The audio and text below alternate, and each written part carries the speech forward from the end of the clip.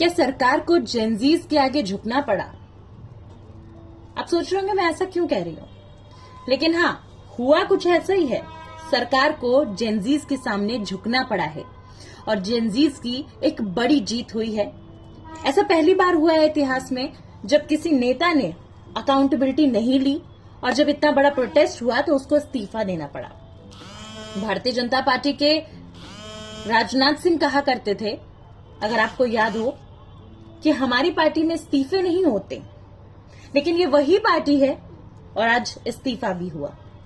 Cockroach जनता party ने जिस तरीके से जंतर मंतर से एक धरने की शुरुआत की, एक कॉल दिया, उसके बाद देश विदेश से छात्रों ने वहां पर आना शुरू किया और नीट पेपर लीक के मुद्दे को भुनाना शुरू किया। उनकी एक ही मांग थी कि जिस तरीके से साल दर साल पेपर लीक हो रहे हैं, ऐसे में भैया अब धर्मेंद्र प्रधान का इस्तीफा हमको चाहिए। और आज जंतर मंतर पर जो जश्न की तस्वीरें आ रही हैं, वो ये साफ जाहिर कर रही हैं कि छात्रों को सिर्फ और सिर्फ इस्तीफा चाहिए था। इस प्रोटेस्ट में दंगाई थे, इस प्रोटेस्ट को कई सारी चीजों से जोड़ा गया, विपक्ष ने भी अपनी रोटियां खूब सेकी, लेकिन आखिरी में जो हुआ वो ऐतिहासिक था। छात्रों के चेहरे पे खुशी है क्योंकि छात्र जीत गया। छात्र ने एक मंशा से लड़ाई की थी कि उन्हें सिस्टम से लड़ाई करनी है। ये वो सिस्टम था जिसे हम एजुकेशन सिस्टम कहते हैं। इसके लूप होल्स पे बात करनी थी और छात्रों ने किया भी कुछ ऐसा ही और छात्र अपनी लड़ाई जीत गए। लेकिन इस पूरी कंट्रोवर्सी में, इस पूरे प्रोटेस्ट में एक बात गौर करने वाली है। सरकार पहली बार इतने प्रेशर में देखी गई। भारतीय जनता पार्टी को लेकर एक बात चलती है कि भारतीय जनता पार्टी कूटनीति जानती है।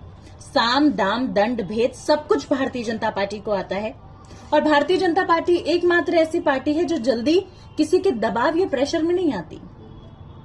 लेकिन ये प्रेशर तब समझ में आया जब आधी रात को प्रधानमंत्री नरेंद्र मोदी को वीडियो बनाना पड़ा फ्रंट कैमरे से, जैसे मैं रिकॉर्ड कर रही हूं वैसे। और खास बात इस बार ये थी कि प्रधानमंत्री जो भाइयों और बहनों बुलाते थे ना, इस बार उन्होंने फ्रेंड्स करके बुलाया। उन्हें पता है कि जेनजीज किस समय जगते हैं। रात के 12 बजे उन्होंने ये वीडियो बनाया क्योंकि उन्हें पता है कि जेनजीज का यही टाइम है। उन्हें यह भी पता है कि जेनजीज आज के इंस्टाग्राम पे रहते हैं, फेसबुक और व्हाट्सएप इतना ज्यादा जेनजीज नहीं देखते। और इस पर्टिकुलर अगर प्रोटेस्ट की मैं बात करूं तो सबसे ज्यादा इस प्रोटेस्ट के बारे में जितनी भी खबरें, जितने भी मीम मटेरियल, जितने भी वीडियोस थे, लोगों ने इंस्टाग्राम पे ही देखा। कुछ लोग कह रहे थे कि हमें फोमो हो गया रील्स देख के कि अरे हम क्यों नहीं पहुंच पाए। बिहार में भी इस प्रोटेस्ट में तेजी देखी गई।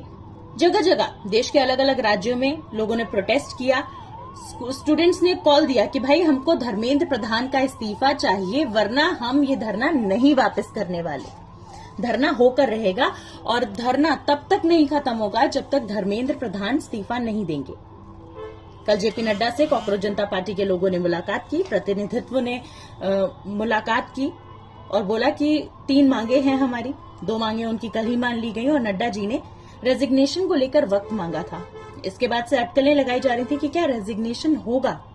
लेकिन आज जिस तरीके से धर्मेंद्र प्रधान ने खुद, जो कि हमारे देश के एजुकेशन मिनिस्टर थे, ट्वीट करके कहा कि मैं अपने पद से इस्तीफा दे रहा हूं, मैंने अपना इस्तीफा प्रधानमंत्री नरेंद्र मोदी को भेज दिया है, वो सबके लिए काफी शॉकिंग था। क्योंकि कहीं ना कहीं सबके दिमाग में एक बैकलॉग में ख्याल था कि इस्तीफा शायद नहीं होगा। क्योंकि मैंने बोला ना कि भारतीय जनता पार्टी इस्तीफे वाली पार्टी नहीं है। लेकिन आज एक बात पूर्ण रूप से सिद्ध हो गई है कि इस देश का युवा जब अपनी पे आ जाए तो कुछ भी करा सकता है। वो सत्ता परिवर्तन भी करा सकता है, वो रेजिग्नेशन भी करा सकता है, वो अपनी हक की लड़ाई भी लड़ सकता है। सीजेपी का प्रोटेस्ट अब खत्म हुआ, लेकिन इस पूरे प्रोटेस्ट से हमें एक सीख मिलती है कि अगर मांग सही हो ना तो सरकार को भी झुकना पड़ता है। आपको क्या लगता है कि सरकार प्रेशर में आ गई थी? सीजेपी ने जो एक प्रेशर क्रिएट करना चाहा था वो सीजेपी ने क्रिएट कर लिया था? इस पर आपकी क्या राय है? अपनी राय को कमेंट सेक्शन में जरूर साझा करें और हमारे चैनल को लाइक सब्सक्राइब करना ना भूलें।